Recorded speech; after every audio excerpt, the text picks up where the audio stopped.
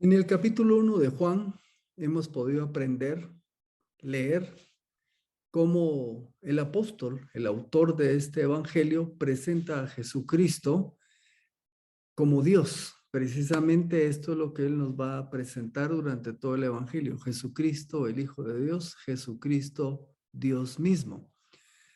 Conforme avanza el capítulo, introduce a Juan el Bautista con su ministerio de preparar los corazones de las personas para tener ese encuentro con Jesucristo.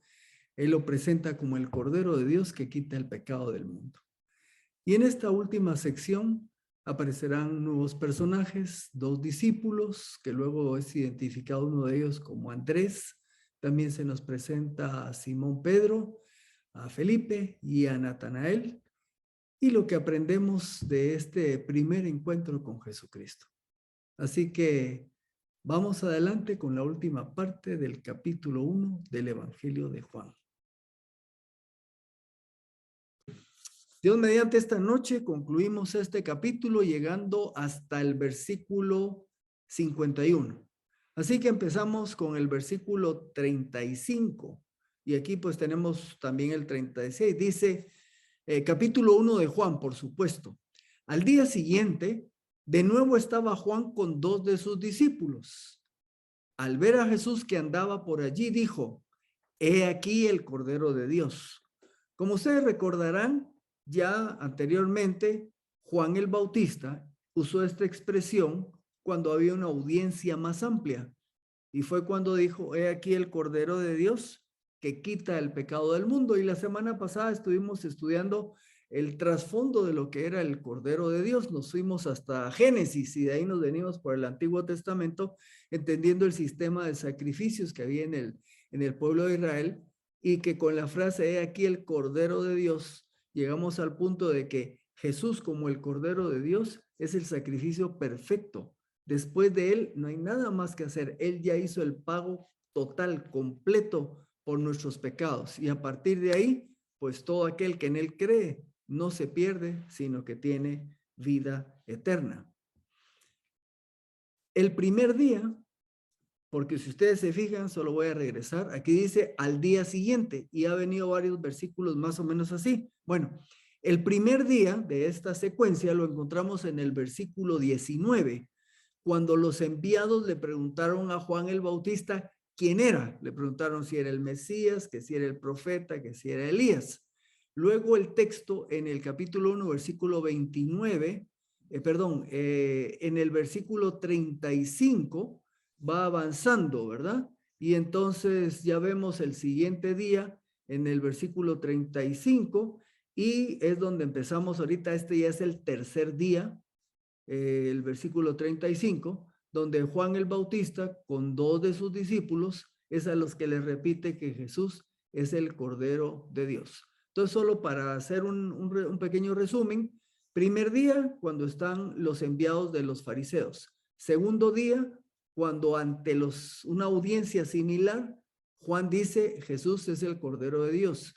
Y el tercer día en esta secuencia es cuando Juan Bautista está con dos de sus discípulos y les dice, aquí el Cordero de Dios. En los versículos 37 y 38, los dos discípulos lo oyeron hablar y dice, y siguieron a Jesús.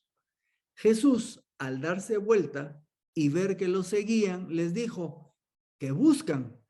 Y ellos, estos dos discípulos, dijeron, Rabí, que significa maestro, ¿dónde moras? ¿Dónde estás? ¿En dónde estás ubicado? Es la pregunta. Bueno, una vez que el Bautista, Juan el Bautista, identifica al Mesías, los dos discípulos siguen a Cristo. En nuestros días, nosotros podríamos decir qué infidelidad, ¿verdad? ¿Cómo es posible que si eran discípulos de Juan el Bautista, pues nomás les dice aquí el Cordero de Dios y vienen estos dos discípulos y se van detrás de Jesucristo? Pero entendamos esto. La tarea de Juan el Bautista era preparar a la gente para seguir a Cristo. Porque hemos hablado que era el heraldo, ¿verdad? El que venía a preparar los corazones de las personas para que estuvieran dispuestos a la hora de que conocieran a Jesucristo, para creer en él. Así que el que estos dos discípulos hayan hecho esto es ser el objetivo de Juan. O sea que no es ninguna infidelidad. Él estuvo trabajando con ellos para que siguieran al Mesías. El objetivo de Juan Bautista no era obtener seguidores para sí mismo, sino seguidores para Jesucristo. Ahora, yo no sé ustedes, aquí tenemos gente de muchos colores, sabores y todo lo demás y experiencias, pero yo mismo a veces me pongo a pensar, le decía a mi hija, tantos años de ser creyente y hay cosas que no me había fijado y que a la medida que estudio la Biblia sigo aprendiendo. Bueno, qué bueno que sigo aprendiendo, pero a veces digo, ¿por qué no lo vi antes? No sé. Lo importante es que uno va aprendiendo. Es que aquí yo les anoto algo al final, abajo en el texto dice, este seguimiento de estos dos discípulos es un seguimiento preliminar. Aquí todavía no estamos en el momento en donde Jesús hace el llamado para los que iban a ser sus apóstoles. No es eso, eso viene más adelante. Ahí les anoto, por ejemplo, en Mateo capítulo 4 y hay otros pasajes en Lucas y Marcos en donde nos describen los evangelistas el llamamiento que hizo Jesús dentro de los que lo seguían a aquellos que iban a ser sus apóstoles. Entonces, aquí en este pasaje todavía no es eso. Aquí estos lo siguen y como pongo aquí es un seguimiento preliminar. El llamamiento que van a tener estos dos será más adelante. Pregunta, ¿dónde está pasando esto? O sea, geográficamente, esta escena que estamos viendo aquí, ¿en dónde está sucediendo? Bueno, como dice el versículo 28 del mismo capítulo 1, estas cosas sucedieron en Betania, al otro lado del Jordán, donde Juan estaba bautizando. O sea, estábamos cerca de Jerusalén. Betania quedaba más o menos a unos 3 kilómetros hacia el este de Jerusalén, cerca del Monte de los Olivos. Si ustedes se recuerdan, ¿quiénes vivían ahí en Betania? Jesús tenía ahí unos sus amigos y amigas, ¿verdad? Dentro de esos era Lázaro con sus dos hermanas, que eran Marta y María. Ellos eran de ahí de Betania. Bueno, pues ahí cerca, por pasar el río Jordán, ahí es donde andaba bautizando Juan el Bautista y es donde se está dando esta escena que estamos viendo en el capítulo 1 de Juan. Ahora, les anoto aquí otro versículo, porque ustedes dirían, bueno, pero no que Jesús era de Nazaret y que estaba cerca de Galilea, pues ¿qué andaba haciendo aquí? Mateo en el capítulo 3, versículo 13, nos describe ese viaje. Dice, entonces Jesús vino de Galilea al Jordán a Juan Bautista, para ser bautizado por él. O sea que ahora entendemos por qué andaba Jesús aquí, porque había venido desde Galilea, que era el norte, bajó al sur y había ido a esta región, pero ahí cerca de Jerusalén. ¿Y por qué fue? Porque fue para ser bautizado. ¿Se recuerdan que la semana anterior vimos que Juan, el Evangelio de Juan, no describe el bautismo de Jesús? Está descrito en los otros evangelios. Solamente se refiere, hace referencia a ese evento, pero no lo describe. Así que ahora ya entendemos, estamos cerca de Jerusalén, ahí en Betania, cerca del Jordán, desde donde está bautizando Juan, y había venido Jesús para ser bautizado, por eso andaba aquí en el sur. Bueno, por cualquier cosa les tengo un mapita para que nos ubiquemos, ¿verdad? Pues yo como este año me dieron ganas de ir otra vez a Israel y alguno me va a decir, ¿y ya fuiste antes? No, no he ido, solo que ya me dieron ganas antes. Por eso es que ahora me volvieron a dar ganas, pero nunca he ido a Israel. Así que ahí entendieron ahí, ¿verdad? No, no he ido, no conozco. Por cierto, un hermano de la iglesia dice que va a haber un viaje a Israel organizado por un teólogo que se llama de apellido Pagán, creo yo, suramericano, creo que es para noviembre. Entonces me pasó la información, pero ahora que estaba viendo los mapitas se me está antojando, pero todavía no sé, ¿verdad? Vamos a ver qué dice el Señor. Me voy a llevar cámaras y me voy y les traigo fotos, ¿verdad? Ahí flotando en el mar muerto.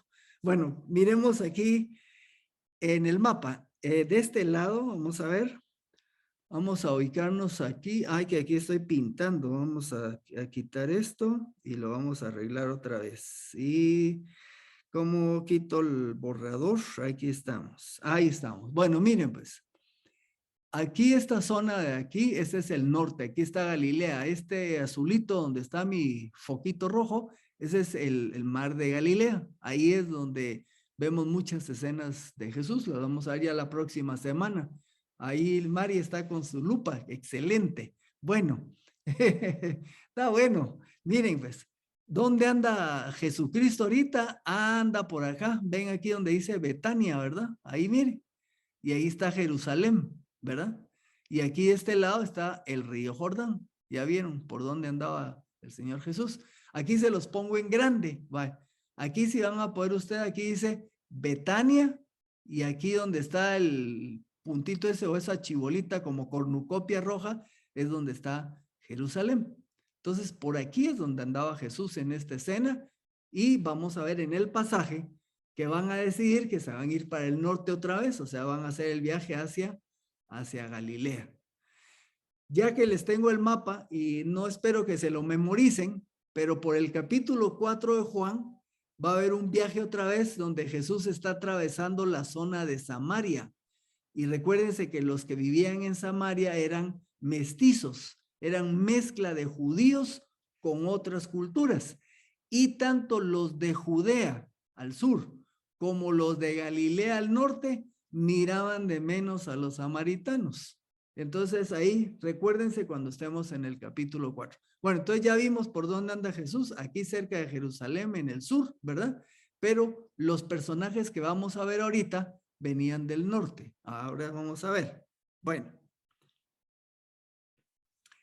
el asunto, y es lo que yo estoy viendo acá con esto, es que varios de los discípulos, cuando Jesús los llama, ya habían tenido, algunos de ellos, habían tenido un encuentro preliminar con Jesús antes de este llamamiento formal. Aquí les coloco un versículo de Mateo capítulo 4, del 18 al 20. Dice así: mientras andaba junto al mar de Galilea, Jesús vio a dos hermanos, a Simón, que es llamado Pedro, y a su hermano Andrés. Estaban echando la red en el mar porque eran pescadores. El mar es el lago, ¿verdad? El lago de arriba, el que les enseñé. Y les dijo: vengan en pos de mí y los haré pescadores de hombres. Y ahí resalto en verde. Y de inmediato ellos dejaron sus redes y lo siguieron. Yo normalmente cada vez que había leído los evangelios y todo, decía, qué bárbaros, decía yo, porque yo me ponía a pensar qué pasaría si Jesús hubiera pasado frente a mí en lo que hubiera estado haciendo y me hubiera dicho: vengan, ven Rolando, te voy a hacer pescador de hombres. Yo me preguntaba en el decía, dejarlo todo así de repente y seguirlo, ¿verdad? Es que yo sí, qué bárbaros estos. Pero ahorita, por lo menos me estoy dando cuenta que tanto Pedro como Andrés ya habían conocido antes a Jesús. Y es lo que estamos viendo aquí en el capítulo 1, ¿verdad? ¿Y por qué les digo esto? Porque ahorita ya Juan el apóstol nos va a decir por lo menos el nombre de uno de esos dos discípulos que hasta este momento no nos habían dicho. Bueno, un comentario más. Al parecer, los dos varones, porque hasta aquí no tenemos nombre quiénes son, buscaban ser discípulos de Jesús.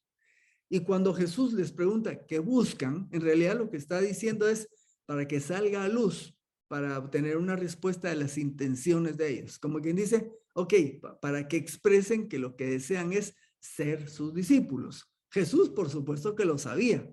Su pregunta va encaminada para que ellos exterioricen su intención. Estos dos discípulos de Juan, que ahora van detrás de él, le dicen a Jesús: Rabí. Pues aquí hay un comentario en cuanto a la escritura del Evangelio. Dice, el hecho de que el autor traduzca el término hebreo rabí es un indicio que los lectores eran de cultura primariamente gentil. Ustedes ya vieron que en el versículo cuando dice rabí, que quiere decir maestro, pone Juan, ¿verdad? Juan el escritor. Entonces, los estudiosos dicen, ¿y por qué tiene que traducirlo? Porque recuerden que el Evangelio de Juan se está escribiendo alrededor del año 90 después de Jesucristo. Es el último en ser escrito, con una cultura ya de las iglesias y todo, ya pasó de ser predominantemente judía a predominantemente gentil. Así que Juan incluye ahí la traducción del término para que sus lectores lo entiendan. La otra pregunta que le hacen los dos discípulos a Jesús es, ¿dónde moras? O sea, ¿dónde te estás quedando? ¿Dónde te hospedas? Y claro, lo que ellos están buscando es, ¿dónde estás para tener contacto con él? Porque lo que quieren es seguirle, ¿verdad? Ser sus discípulos, como lo eran de Juan Bautista anteriormente. En el versículo 39, responde Jesús y les dijo, vengan y vean. Así que los lleva a donde él se estaba quedando. Por lo tanto, dice, los dos discípulos fueron y vieron dónde moraba. Y dice que se quedaron con él aquel día porque eran como las 4 de la tarde. Algunos de ustedes dirían, esos qué bárbaros, ¿verdad? No solo empiezan y ya de una vez hasta se están aprovechando, ¿verdad? Quedándose donde él se estaba quedando. Bueno, entendamos algo. Vamos a explicar primero lo de la hora y después por qué se quedaron con Jesús. Dice que eran como la versión 2015, dice, eran como las 4 de la tarde. Si usted tiene la Reina Valera 60, ahí dice hora décima. La Nueva Biblia de las Américas también dice era la hora décima. Recordemos que en el tiempo judío lo manejaban con ciclos de 12 horas, las 12 horas de la noche y las de 12 horas del día. Y para muestra de que estas eran las 4 de la tarde, pues vamos a usar otro pasaje donde se utiliza un lenguaje similar. En Mateo 25, del 45 al 46, dice, describe la crucifixión de Jesús y dice, desde la hora sexta hubo oscuridad sobre toda la tierra hasta la hora novena. Y alrededor de la hora novena, Jesús exclamó a gran voz diciendo, Elí, Elí, lema sabactani. Esto es, Dios mío, ¿por qué me has abandonado? Esto es la Nueva Biblia de las Américas. La hora sexta, como describen otras versiones, es el mediodía. Y la hora cuando Jesús expira, que es la hora novena, son las 3 de la tarde. Así que cuando en el versículo que estamos viendo dice que era la hora décima, pues son las 4 de la tarde. Estos, aquí dice, el Señor los invita a ir con él, y anoto, y por no ser locales, recuérdense, bueno, aquí no había aparecido todavía, ahorita va a aparecer de dónde venían, pero ellos venían de Galilea, así que ellos, ahí no era cuestión de que me voy a mi casa, entonces por eso se hospedan con el Señor, porque ya era tarde, ya no podían viajar muy lejos. Pero aquí vamos a hacer otra observación. El Señor no rechaza a los que le buscan.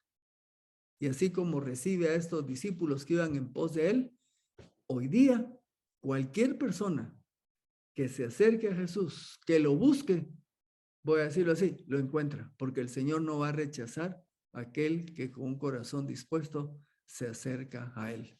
Si usted se recuerda cuando Jesús dice ya me parece que es el 25:19 de Mateo, dice, venid a mí todos los que estéis cansados y cargados, porque yo os haré descansar. Ahí hay una invitación del Señor a acercarse a él. Para el creyente, para recibir descanso en corazón, para el no creyente, para recibir la salvación.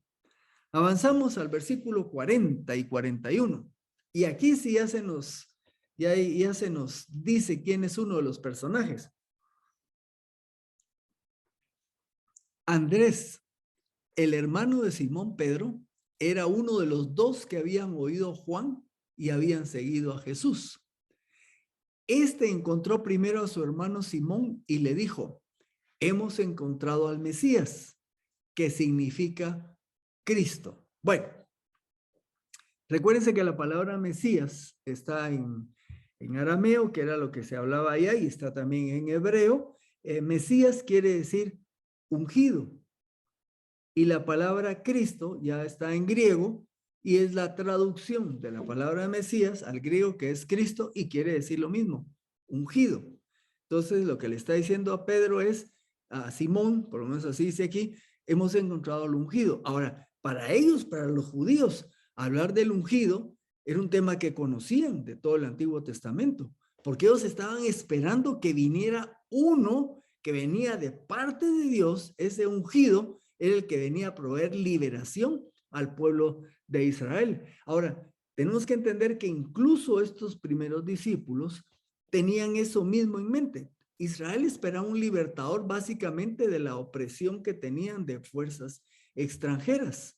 Ellos quizás, aunque está bien claro en la escritura el papel redentor del Mesías, como por ejemplo en Isaías 53, por su necesidad que habían estado oprimidos políticamente en guerras y todo, ellos lo que anhelaban era ese Mesías que era el libertador, ese ungido de Dios que venía a traer liberación.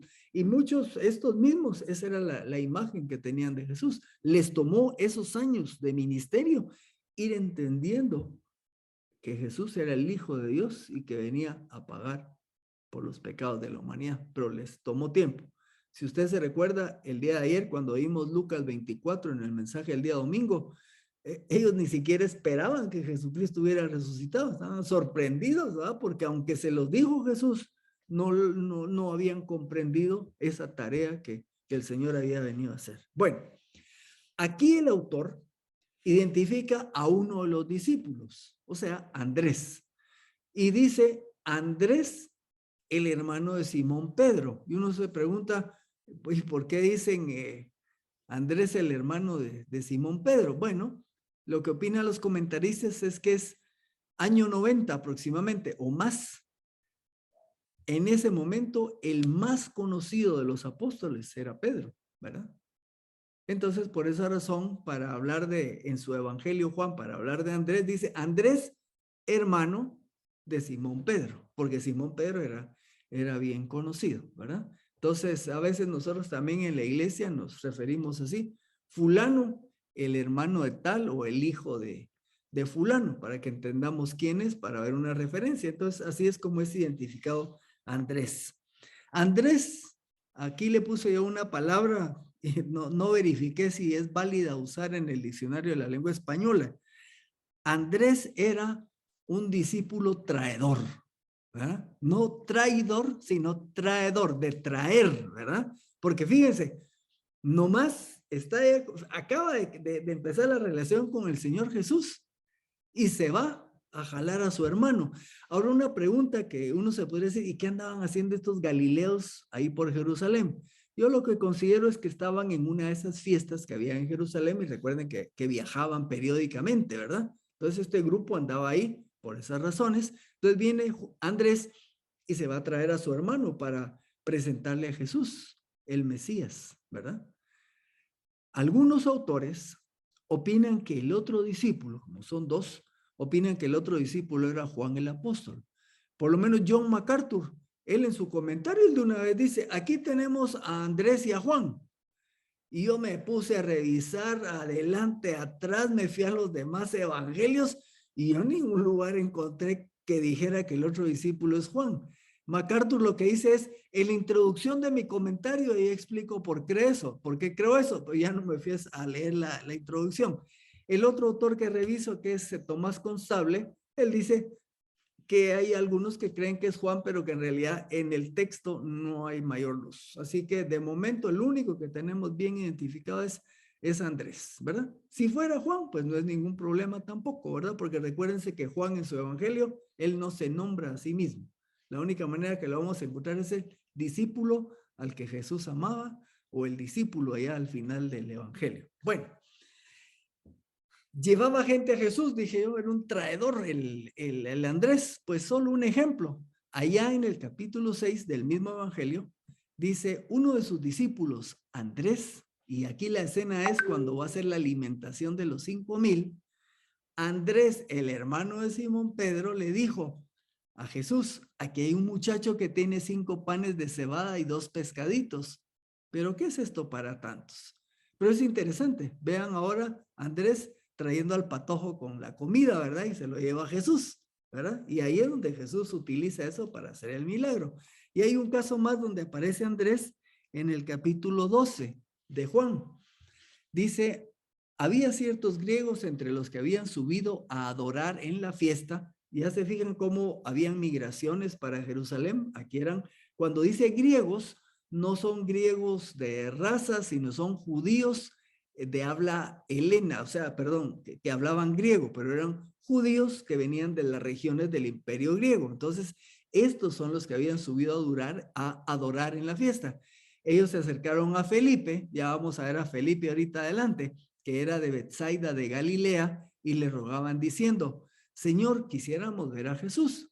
Pues viene Felipe, fue y se lo dijo a Andrés. Y entonces, como Andrés era traidor, yo me imagino, decirles pues que se vengan, ¿verdad? Y entonces Andrés y Felipe se lo dijeron a Jesús. Así que, si queremos sacar de momento alguna lección, yo creo que sería un buen ejemplo que imitemos a Andrés, que seamos traidores, que estemos trayéndole gente a Jesús, ¿verdad?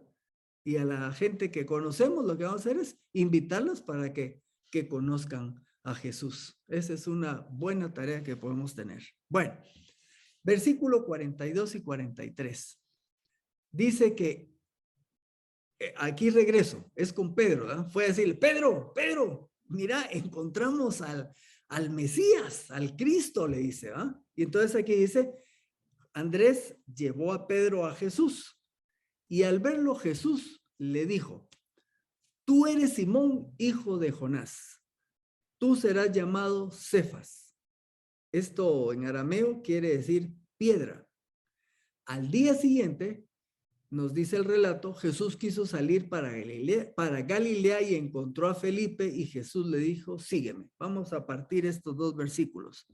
Hasta el momento, Pedro era conocido como Simón, hijo de Juan.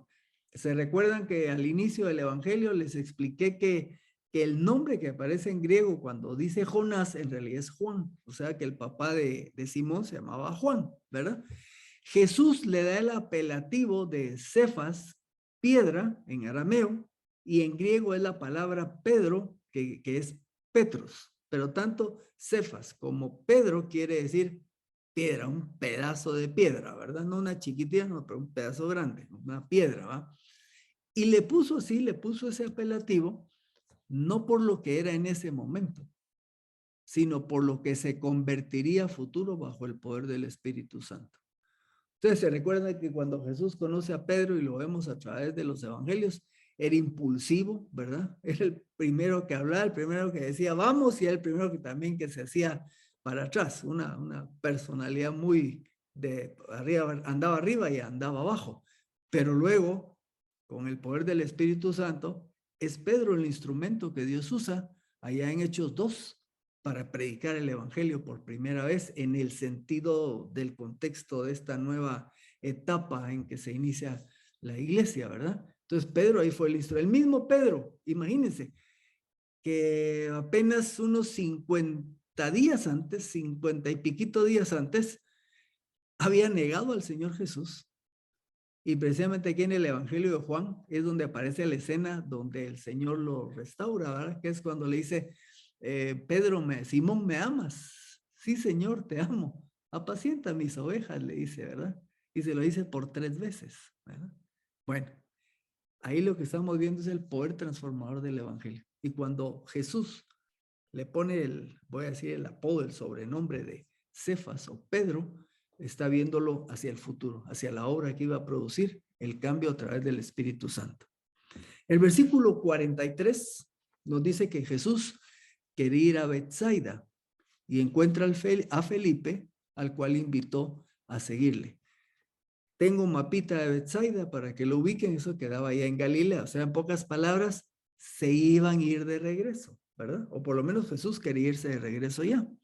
El versículo 45-46 nos dice que Felipe era de Betsaida y nos agrega quiénes más eran de Betsaida, la ciudad de Andrés y Pedro. O sea que en pocas palabras, estos 3 fulanitos que acabamos de ver venían de la misma ciudad. Betsaida, vamos a verla acá, ahí donde está esa cornucopia roja, ahí es Betsaida.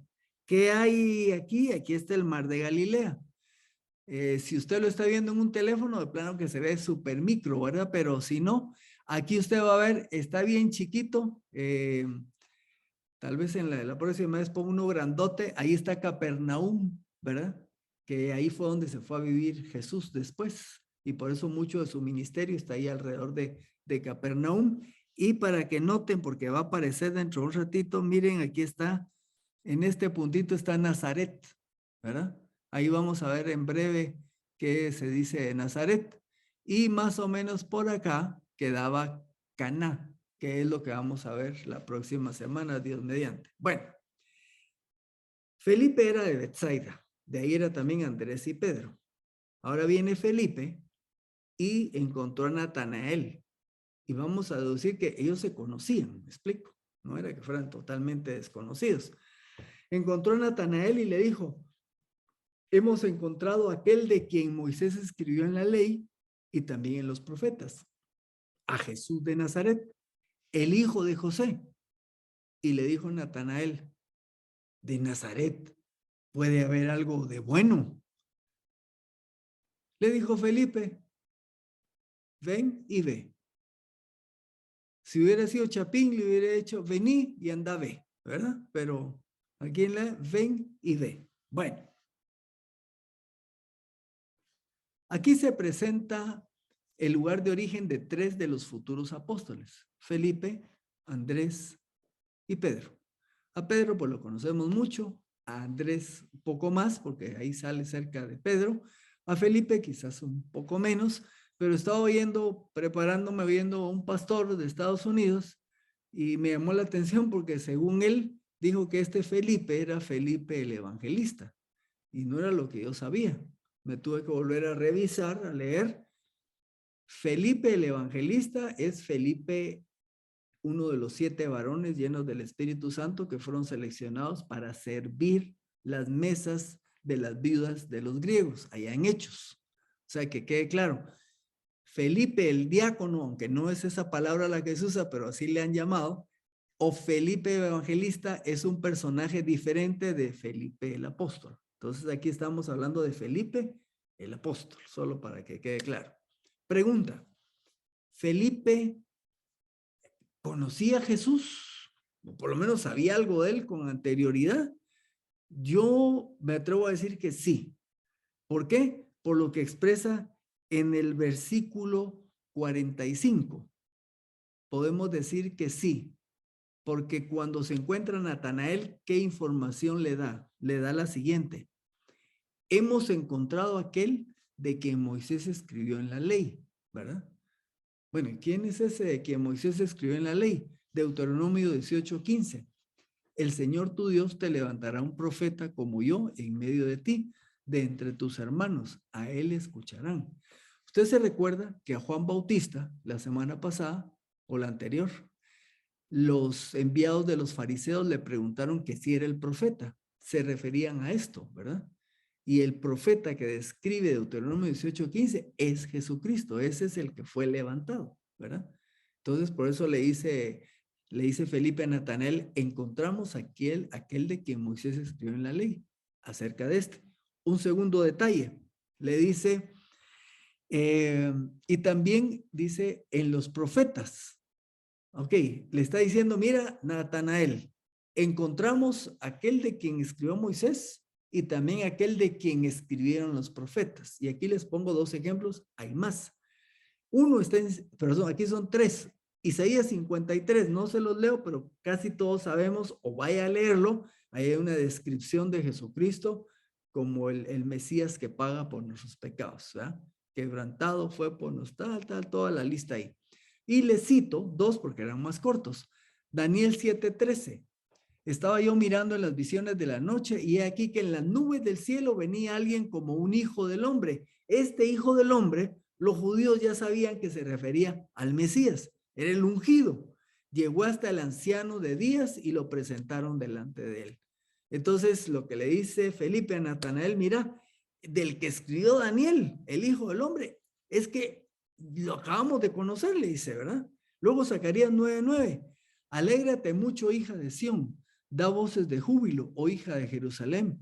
He aquí tu rey viene a ti, justo y victorioso, humilde y montado sobre un asno, sobre un borriquillo, hijo de asna. Este versículo, los judíos también entendían que se refería al Mesías. Y ustedes se recuerdan que este versículo de Zacarías se cumplió ¿cuándo? El domingo de Ramos, ¿verdad? cuando Jesús entró a Jerusalén y entró sobre un borriquillo. Bueno, pues a eso le está diciendo Felipe, de ese que hemos estado estudiando y aprendiendo, es que aquí está, le dice, ¿verdad? Bueno, y la respuesta, aquí todavía no está la respuesta, solo les voy a mencionar algo por lo cual digo que Felipe ya sabía o conocía algo de Jesús, porque le dice, del que le está hablando es Jesús de Nazaret, ¿verdad? Era conocido como el hijo de José. ¿Cómo iba a saber Felipe ese tipo de información? Porque si a mí me dicen fulano de tal hijo de fulano y no sé ni quién es, igual me quedo con, ¿para qué me dice eso? Entonces, mi teoría es de que Felipe tenía un conocimiento previo de Jesús. Lo que no tenía el conocimiento es darse cuenta de que era el ungido, el Mesías. Eso es lo que se está dando acá. ¿Se recuerda usted también que Juan el Bautista, cuando dice que no lo había conocido Jesús, y dijimos, pero si eran parientes? No, no lo había conocido en el término de saber que era el Mesías, el ungido, hasta ese momento en que él lo declara como el Cordero de Dios. Así que dice que hasta con el paso del tiempo, Jesucristo, que era conocido como el Hijo de José, ya llegó a ser reconocido como el Hijo de Dios. Por estas razones, opino que Felipe tenía un conocimiento previo acerca de Jesús. Ahora, la respuesta de Natanael, ¿verdad? Dice ahí en chiquito, y le dijo Natanael, de Nazaret puede haber algo bueno. Le dijo Felipe, ven y ve. Natanael era oriundo de Caná. En Juan 21:12 aparece nuevamente Natanael y ahí es donde se nos dice que era de Caná. Caná quedaba relativamente cerca de Nazaret. Algunos autores piensan que había como cierto enemistad entre las dos ciudades. Y usted diría, ¿cómo va a ser eso? Yo no sé qué tanto saben ustedes de Guatemala, pero si han oído hablar de, espero que no hay aquí ninguno de por ahí, si no se me va a poner inquieto. Está la ciudad de San Marcos, la cabecera de San Marcos. Y hay una bajadota así como la de Vistahermosa. Y del otro lado queda San Pedro San Marcos. Esas dos comunidades, no sé si ahora, pero en años pasados tenían cierto antagonismo. Una progresaba en una cosa, la otra también. Si aquí ponían un instituto, aquí también tenía que haber un instituto. Y entonces entre una cosa era decir, yo soy sanpedrano y yo soy marquense, ¿va? No los van a confundir porque se ofendían. Entonces, algo así parece que había entre Caná y Nazaret, por eso viene este Natanael y dice, ay, de Nazaret te va a salir de bueno, ¿verdad? Ahora note usted, bueno, le voy a decir algo más. Nazaret, para empezar, no era una ciudad importante, era una ciudad muy pequeñita, de poca importancia. Nazaret no aparece en el Antiguo Testamento. Si usted se pone a buscar, no aparece mencionada en el Antiguo Testamento. Y en autores no bíblicos de la época tampoco la mencionan. Lo que pasa es que era una ciudad muy pequeñita. En algo de lo que investigué anteriormente, nos decía que era una ciudad donde trabajaban, era de trabajadores que muchas veces viajaban a ciudades vecinas de tipo griego para trabajar y que algunos creen que José era de estos trabajadores que iba a trabajar a otras ciudades. Era una ciudad muy, muy sencilla. Pero miren, muy propio de Jesús. ¿Ya vieron? Jesús en su humildad no nació en la capital, en Jerusalén, o alguno ha dicho debería haber nacido en Roma, ¿verdad? Nació en Belén, porque ahí era donde era David, y de ahí se fueron a ir sus papás a Nazaret, una ciudad muy sencilla, y después de Nazaret se fue a ir a Capernaum. Bueno, Felipe no discute.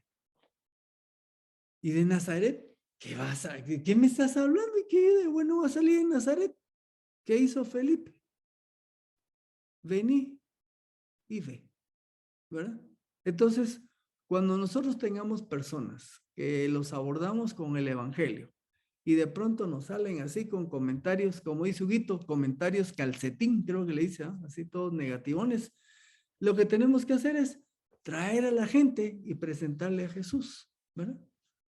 No, que vos sos evangélico, que vos sos, espérate, permíteme, ¿qué conoces de Jesús? Y vayamos a pasajes y presentémosles a Jesús, así, que ellos sean los que tengan ese encuentro. Eso fue lo que hizo Felipe, ¿verdad?